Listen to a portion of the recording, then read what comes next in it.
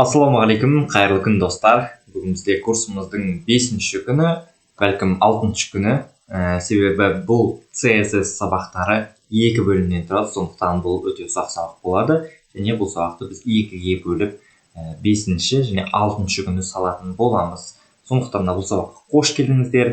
Алдыңғы 3-ші, 4-ші күндердегі HTML сабақтарын сіздер жақсы түсінді деген ниеттемін. Себебі HTML сабақтарын түсінбесеңіздер, CSS сабағына өту кішкене қиын болады сіздерге. Енді CSS дегеніміз не? CSS дегеніміз каскадная таблица стилі деп аударылады. Дәл солай разрабатываться етілген, яғни қазақшаға аударсақ примерно каскадты стильдер тақтасы келетін шығар, кестесі деп келеді. Енді ол неме дедік? Алдыңғы сабақта бір мысал келтірген болатыны. Мысалы біз бір кітаптың мұқаласын шығарамыз, Мысалы, мінекей мына жерде менің кітабым тұр.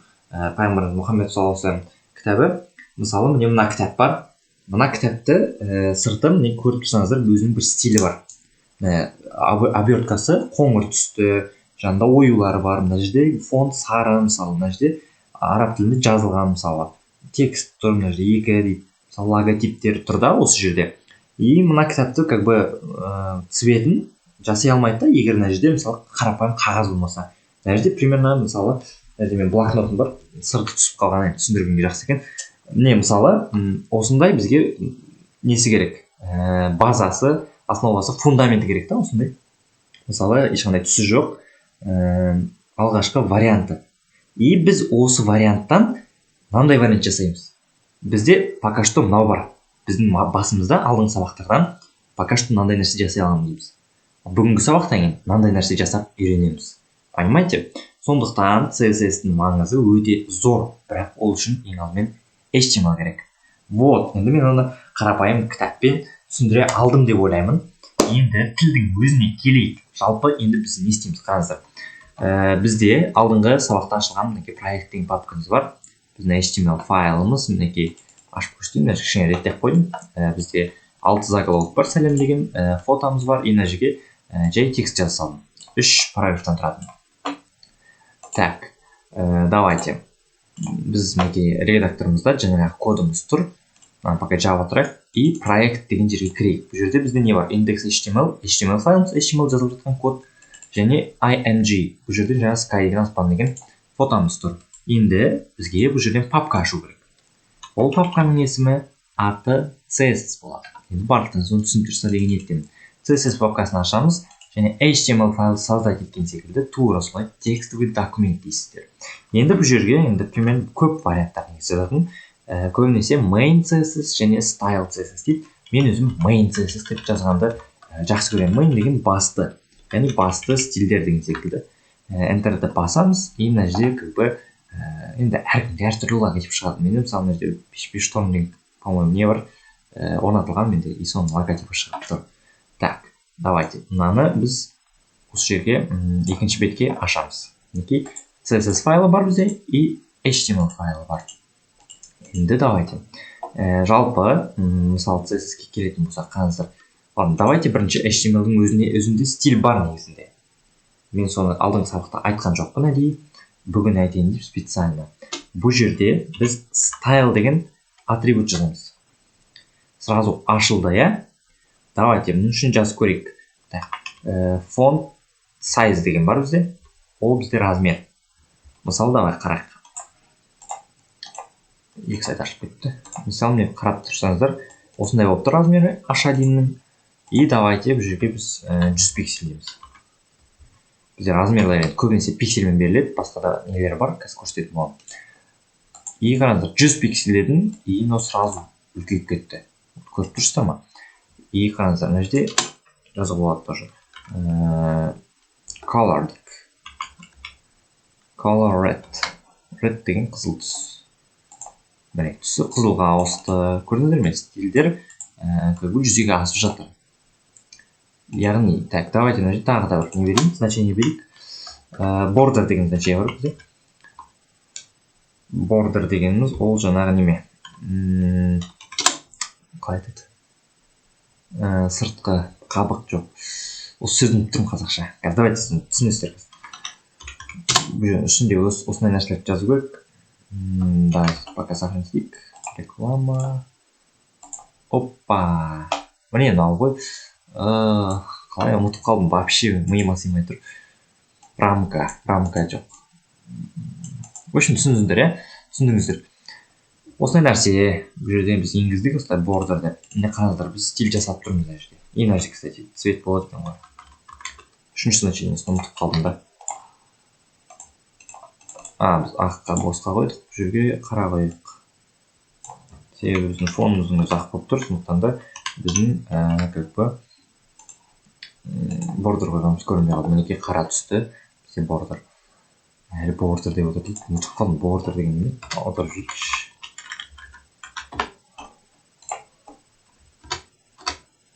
Ұят болып түсті не? Граница екен. Мінекей біз границамыз бар, түсін өзгерттік, и размерін өзгерттік. Оның барлығын біз CSS-сіз жасадық. Вот, естеріңізде болсын. Біз оны HTML-дің ішінде жасадық. Style деген атрибут енгіздік. Тегіңді қоямыз. Және бұл жерде тырнақша ашылады. Тырнақшаның ішінде біздің нелеріміз жазылады, стильдеріміз жазылады. Яғни ол жерде қандай? Мысалы, font size дегеніміз берілген текстің размері. Қос нүкте қойылады міндетті түрде. Және бұл жерде пиксельмен жаздық. Біз значениямызды. Келесі, кстати, әрбір стильден кейін нүктелі түр қойылады. Ол CSS файлында да. Қазір тағы да айтам. Color дегеніміз түс, яғни қос нүкте, red қызыл. Border, жаңағы граница, қос нүкте, 2 пиксель дегеніміз ол ширинасы. Давайте 20 деп жазайын, сіздер түсіну үшін мінекей қарап тұрсыздар ширинасын. И мінекей үлкен болып кетті ширинасы. Ол осы нәрсе. Ең біріншісі значение бордерде ол ширина болады. Екіншісі ол solid деп тұр. Бұл жерде өзінің бекітілген бірнеше түрлері бар. Енді мен solid деп белгілеймін, ол қарапайым граница. Бұл жерде тағы да, по-моему, rush еді ба? Қателеспесем. Бұл жерде дұрыс емес. Rush. Жоқ, давайте қазір біраздан қарайық. Бұл жерде пока қоя тұрайық. Solid деген жалпы осындай тегіс қарапайым граница. Black деген енді түс, бұл жерде түсті белгілейміз. И қараңыздар, осындай нәрсенің барлығын HTML кодтың ішіне жазатын болсақ, бұл нереальный нәрсе по идее. Біздің кодымыз бәрі каша болады. И ондай код ешкімге керек емес. Так что бізде ол үшін CSS тілі бар. Яғни ол язык стилі бізде. Так вот. Енді не істейміз? Міне тура осының ішіне соның барын жасауға болады. Енді танысайық. CSS-тің ішінде қандай нәрсе бар. Конструкциясын көрсетейін, негізінде қазақша жазып примерно. Бұл осылай жазылмайды негізінде. Сіздер түсіну үшін қазір жазып шығамын.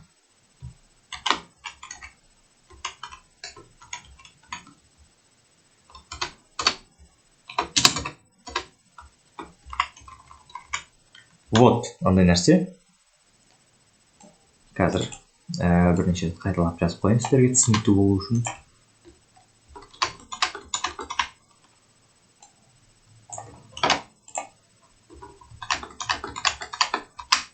Вот, қараңыздар. Бізде бүкіл CSS тілі, CSS файлы осындай конструкциядан тұрады. Яғни, бізде селектор бар. Селектордан кейін фигурный жақша ашылады. Фигуралы жақша. Оның ішінде свойства жазылады. Қос нүкте, значение және нүктелі үтір. Кез келген селектордың ішінде безгранично шексіз свойствалар жазыла береді. Сондай-ақ селекторлердің саны да шексіз. Свойство значение деген нәрсе, қарап тұрсаңыздар, тура міне мына нәрсе, font size-дан 100 пиксельге дейін. Тура осы нәрсе, ол біздегі свойство мен значениеміз. Мына жақта енді селектор жоқ, сондықтан бізде CSS файл осылай жасалған. Ну, по сути, мен ойлаймын, мына жер түсінікті шығарды. Бұл ешқашан орысша жазбаңыздар, сайт жасауда орысша сөз жазылмайды. Ол тек қана мысалы есім беруде, мысалы мына жерде фронтенд болғанда мен орысша жаза аламын, текстке орысша жаза аламын, бірақ та кодтың өзін орысша жазуға болмайды. Себебі барлығы ағылшын тілінде жасалады. Давайте. Ал кеттік. Жасап көрейік. Мысалы мен тура осы нәрсе, сәлем деген сөзін жапалаусылай жасадық, иә? И давайте біз осыны CSS арқылы жазып көрейік. CSS арқылы жазып көрейік. Ол үшін енді бұл жерде селекторлардың өзі бірнеше түрі бар, оны қазір түсіндірем. Ең алдымен осылай h1 деп біздің бірінші параграфымызға, яғни заголовогымызға относиться етіп кішкене әрекет жасап көрейік. Тура осы нәрселерді жасап көрейік. Давайте бізде font size 100 пиксель. Келесі бізде color түсі colored және border бізде 20 пиксель, solid және давайте мына жерге басқа түс жасайық. Blue-дік. Мына жерге давай 150 пиксель и түсін green. Специально басқа да жасайық. И пагиналарды удалить етсек. Мына жердегі стайлымызды алып тастайық, чтобы ол мешать етпесін. Артық код болып, неге біз жасадық. В принципе, қараңыздар, мынау біздің пока жасалып тұрған нәрсеміз, алып тастадық пока, біз сохранитке жоқпыз мына жақта. Размерін 150 пикселге өсу керек. Түсі тексттің жасыл болу керек. Ал границасы мынадай значениеға тең болу керек. Сохранить етеміз, сайтымызды обновлять етеміз и ештеңе болмайды. Неге? Біз қателестік. Яғни код жазудағы кез келген программисттің жұмысында болатын ең часто болатын нәрсе ол қателесу. Яғни жазған кодың жүзеге аспай қалады. Жазған кодың жұмыс жасамайды.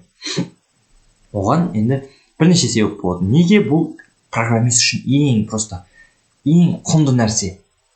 Өйткені қателікті іздеу өте қызық процесс.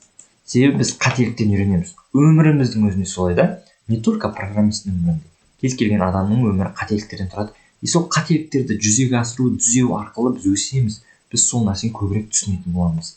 И мына жерде бізде бір қателік болды. Ол қателікті мен әдейі жібердім, чтобы сіздерге осы моментті түсіндіру үшін. Себебі бұл CSS файлымен жұмыс жасағанда өте көп жіберілетін қателік. Бізде қараңыздар, index.html файлы бар, main CSS файлы бар. Екеуін жаздық, екеуі папкада жатыр. Но біз оларды қосқан жоқпыз, бір-біріне байланыстырған жоқпыз. Бізде екі файл жатыр, екі бөлек жатыр. А біз оларды байланыстыру керекпіз. Байланыстыру үшін біз head тегіне барамыз. Head тегінің ішінде бізге, как всегда, көрінбейтін информация жазылады, мен айтпақшы. И мына жерге біз мынандай тег жазамыз. Link деген подключение. Тапты басамыз. Real style sheet дегеніміз бұл жерде онда. Стиль, неме деген сияқты ғой. Href-тің ішіне бізде ссылка жазылады. Обычно бізде CSS папканың ішінде main.css файл жатыр. Сохранить етіп Ctrl-S арқылы и жаңағы жазған кодымыз жұмыс жасап тұр. Текстіміз жасыл, 200 пиксель размер и көк границамыз. Бұл біздің ең алғашқы CSS кодымыз. Түсінген болсаңыздар. Енді давайте, мынандай нәрсе бар. Кстати, мына жерде мен айтып кеттім, қараңыздар. Былай қарап отырсаңыздар, мысалы, екі файлдың бір-біріне қайта өту бір неудобно болып тұр, Енді бұл қалай шешуге болады бұл проблеманы? Қол қойса күшті болады негізінде, Ондай нәрсе бар бізде Sublime Text'те. Так, ол бізде қазір мен сізге айтамын. Мінекей, view несінде терезесінде layout деген нәрсе бар. Бұл жерде бізде пока символ қосылып тұр.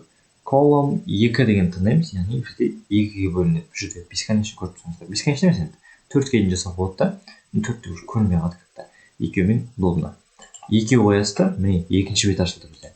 И main CSS-ті сол жаққа тартамыз и просто қараңыздар. Бүйтіп ауысып отырамыз, өте ыңғайлы. Вот сіздер код жазуда болсын, кез келген өмірдегі істеріңізде болсын, әр нәрсенің ыңғайлы жағын іздеу керек та. Потому что сіз ыңғайсыз жағымен жасай беретін болсаңыз, сіз реально ұзақ уақыт кетіруіңіз мүмкін.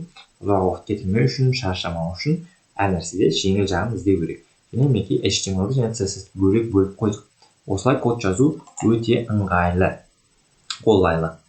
Так, давайте, мен түсіндірген деген нәрсем. Алдында мен сіздерге сайт көрсеттім. htmlbook.ru деген сайт.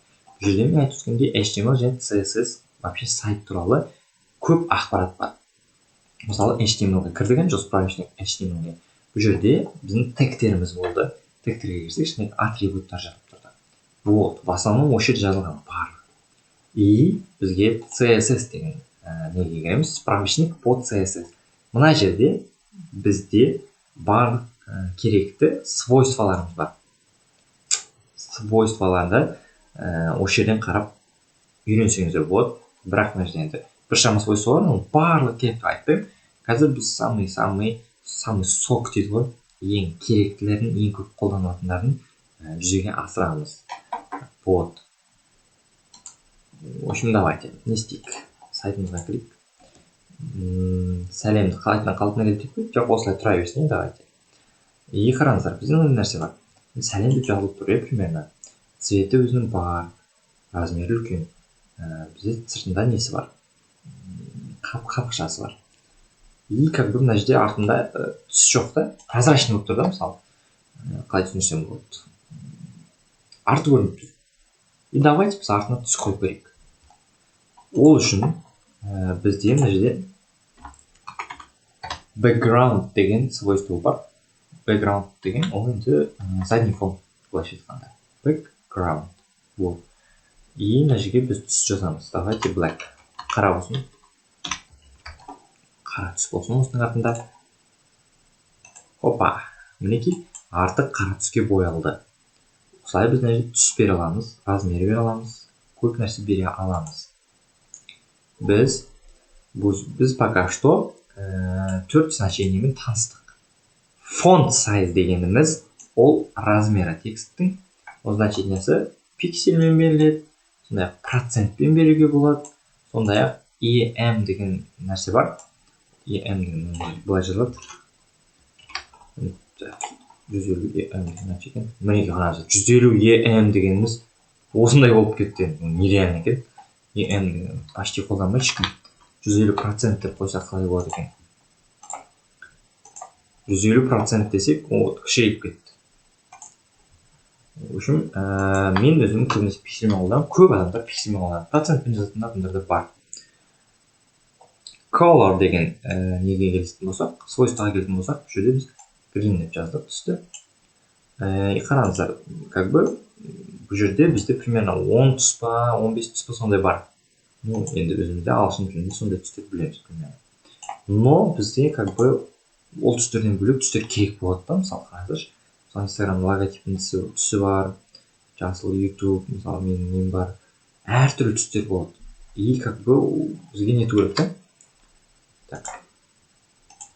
И бізге мысалы басқа түстер керек болады да. И бұл жерде вообще негізінде код жазғанда осылай жазбайды. Сөзбен жазу ол кішкене андай начальный уровень болып табылады түс жазатын кезде. И давайте. Просто Google-ға кіресіздер, CSS цвета дейсіздер, любой сайтқа кіресіздер. И осы жерде как бы біраз нелер бар, түстер бар. Мен ойлаймын, мына жерден примерно сіздер енді өзіңізге керек любой түсті аласыздар. Мысалы қараңыздар, мына түс бар, green yellow дейді да. И қараңыздар, түсті біз 3 түрмен жаза аламыз, негізінде 4 түр. Но пока мына жерде 3 түрі бар екен, 3 түрін түсіндірейін. HTML имя цвета дейді. Біз оны есімі арқылы жазаламыз. Мысалы, көрейік, green yellow жазылған екен. Тура сол green yellow жаздық, көрейік түсі өзгеремін. Өзгерді. Мына түс бізге келді, green yellow арқылы. Давайте, келесі нәрсе бізде hex код деген бар. Hex код ол алдында осындай решетка қойылады, и өзінің әр түстің өзінің бір несі болады. Коды болады, мына қараңыздар.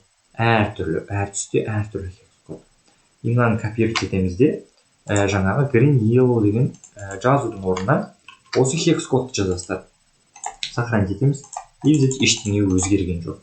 Бұл сенбесеңіздер, давайте мен қызыл бір түстің hex кодын алып қоя салайын. Вот, қызыл түсті hex код. И вот, бізде өзгеріп тұр. И давайте келесі нәрсе бізде RGB дейді. Кейбіреулеріңіз енді кішкене таныс болсаңыздар, біле жатасыздар. RGB деген сөз жазамыз. RGB, так. Мінекей RGB. И бұл жерге біз значение жазамыз. Мысалы, мінекей 205, 92, 92. Бұл түрмен жазылады. Сохранить етеміз.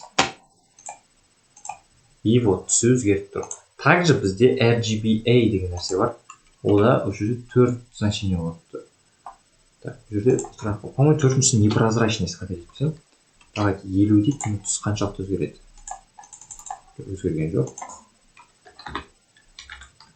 15. Так, пока өзгеріссіз, иә? Давайте RGBA нені білдірген көрейік.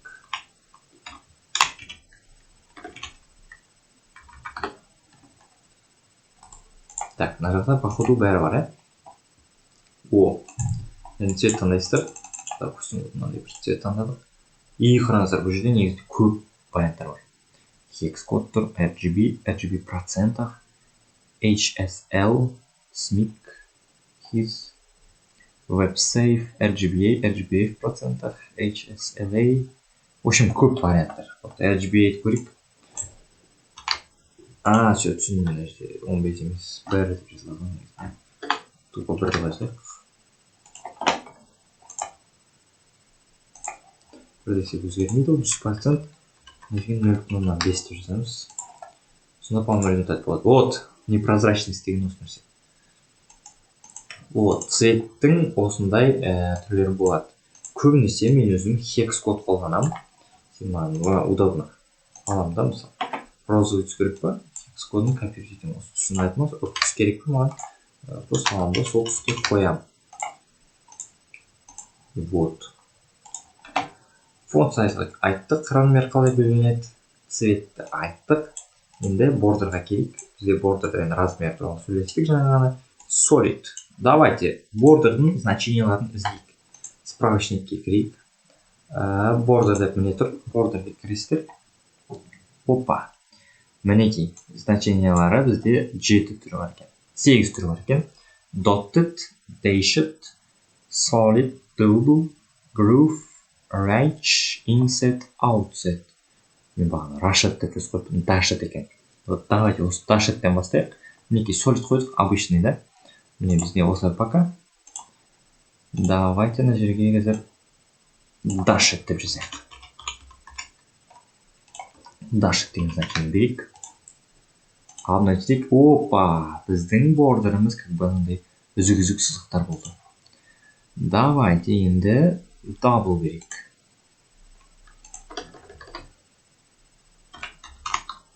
Double. Сохранить етеміз. Обновляем. И мінекей мынандай бізде бордер шықты. В общем, мінекей осындай нелер, значениялар бар екен біздің немізде, бордерімізде. Дальше осы жерге, кстати, вот мынандай атынан бөліп тоже hex код қойып салуға болады.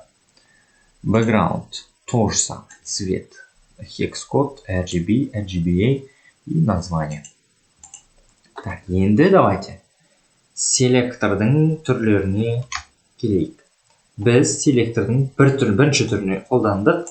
Ол, яғни тег арқылы назарын аудару. Мысалы, біз жазған мына CSS код осы H1-ге ғана әсер етеді, да? H1-ге әсер етеді. Біз мысалы, бізде негізінде осылай жазып кішкене қате болып табылады себебі. Енді H1-ге келіп жарайды. Давайте P-ға тексерейік. Бізде P-дан 3 бар. 3 де бірдей, бірақ 3 бөлек текст. И қараңыздар, опа, бізге мына жерде пиксельді өзгертейік, кішкене 20 пиксельді қойып. Себебі өте үлкен болып кетті. Міне 20 пиксельді қойдық. И бізге мысалы біріншісін ғана өзгерту керек та. Біз мысалы жазамыз P деп жазамыз да, P-ға мысалы P-ның назарын аударамыз. Бізде P-дан 3 бар. Бізге определенно біреу ғана керек. Вот соған әрекет ету үшін біз бұл P деп жазғанымыз кішкене дұрыс емес. Бұл бізде бірінші вариант қана, жүзі қызым түспен белгіленіп тұр. Яғни тег арқылы назарын аудару. Біз ол үшін класс деген нәрсені пайдаланамыз. Мінекей ол үшін керекті HTML кодта керекті тегіміздің несіне атрибут береміз. Класс деген класстың есімін береміз. Класстың есімін жазған кезде ағылшын тілінде кішкентай әріптен жазасыздар. Саннан басталмайды, неге пробел ештеңеден басталмайды.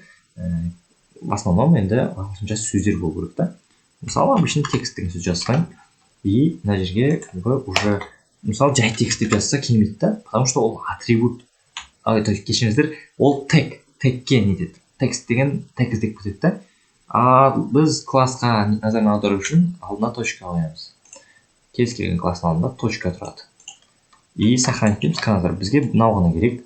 Осыны ғана өзгерту керек. Бізде пока мынандай. Алдына кетеміз. Біреуі ғана өзгерді. Вот. Ең көп қолданылатын селектордың түрі осы класс. Класс арқылы әрекет ету. Давайте тура осыны былай жасап қояйық. И екіншісін кішкене басқа өзгертейік. Мысалы там 30 болсын. Басқа цвет қойып жіберейік. Давайте бұл емес там red, dashed. И background там, допустим, brown. Так, мына жерде біз текст деп жасаймыз уже. Мына жерде, кстати, енді біз келесі селектордың түрін көрсетейік. Ол бізде ID. ID-ге то же самое бір сөз жазамыз, допустим, не деп жазсақ болады. Мысалы question. Question деген сұрақ. Негізінде мағынасы бойынша жазу керек. Ал ID-ге қалай назар аударамыз десек, мысалы қарапайым жазсақ, ол тегке қарайды. Алдында точкасы болса классқа қарайды. Ал ID-ге назар аудару үшін біз решетка қоямыз. Решетка question. Давайте өзгеремін, өзгермеймін. Міне өзгеріп кетті. Енді мен өтірік түстер қоя салғам. Кішкене әдемі емес болып кетті. Бірақ в основном несін түсіндіңіздер деп ойлаймын. По сути, қарап отырсақ, осы класс пен ID-ның арасында айырмашылық жоқ сияқты. Бірақ мен сіздерге үлкен айырмашылықты айтамын.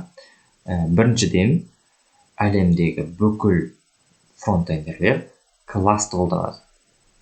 Сондай-ақ ID-ді біз бір рет қана қолдана аламыз. Осылай естіген, бір рет қана қолдана аламыз деп. Бірақ бәлкім мен қателесемін. Себебі мен өзім ID-ді қолданып көрген жоқ. Мен класспен жұмыс істеймін. Класспен маған удобно. Вот. Тағы да қандай түрі бар бізде. Біз, кстати, мынандай нәрсе жасай аламыз. Мысалы, бізде класс текст деп тұр. Но, оның ішінде бізде не болуы мүмкін. Давайте, значит, таблиға ауысайық. Осының ішінің өзінде тағы да бір не болсын. Так. Тағы бір пө болсын, давайте. Вот класс текстің ішінде тағы да бір пө бар. Жаңағы бр қойып қояйық. Астына түстіру үшін тағы 2б. Ладно, жетеміз, и қараңыздар. Опа! Кетіңіздер ғой, примерно. Так, ол неге өйтіп тұр? Потому что ол мына пөмен жабылып қалып тұр, я? Так, P емес, давайте. Span деген тег бар, бізде алдын сақта айтылған жоқ специально. Ол бізде какой-то бір сөзді, какой-то бір сөйлемді белгілеу үшін керек те. Ол ешқандай ештеңе өзгертпейді. Ол тура бізге белгілеп береді. Қараңыздар. Так, мынау ғана алып қалды, я? Сол үшін алып қалды. Пны алып тастаймыз. Негізінде фронтендер өте мұқият болу керек. Вот қараңыздар. Б-мен бөліп қойдық, бірақ бізге негізінде вот пның ішінде осындай бірнеше нәрсе болуы мүмкін. Осы класстың астында не тұр, соның бәріне әрекет етеді класс. Бірақ мына жерде бізге қарап отырсаңыздар, мынау ғана керек те, мынаны алып тастау керек қатты. Вот сол үшін мынандай нәрсе болады. Давайте мына жерде кішкене өзгертейік. Давайте мынау пның ішінде емес, бір блок болсын. Дифтің ішіне алайық. Ал п дегеніміз мынау аромипсың болсын.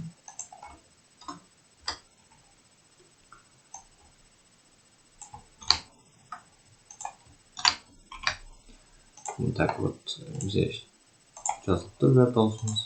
Вот үшін өзгерген жоқ. Давайте бізге мынау ғана керек дейік. Так, ол үшін мына жерде тексттің жанына тексттің жанына пробел қоясыздар и п деген нені жазасыздар.